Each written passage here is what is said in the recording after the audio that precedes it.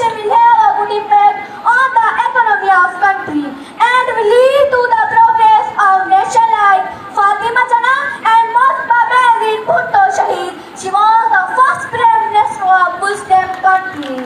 Respectable audience, very sorry to say this in our area, especially in this Kithoti, many people are considering girls as a burden. They think that it is not necessary to educate a girl.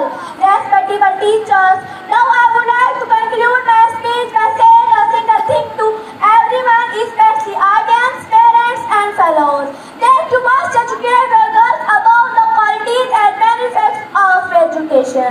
Girls' education is essential for the future of the country because we know all very well that women is the first teacher of the children. Think that women are the mothers of the future generation. As the woman is uneducated, the future generation will be uneducated.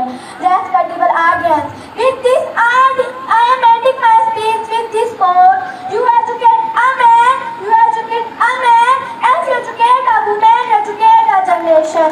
Thank you everyone for listening to me so patiently. Thank you all.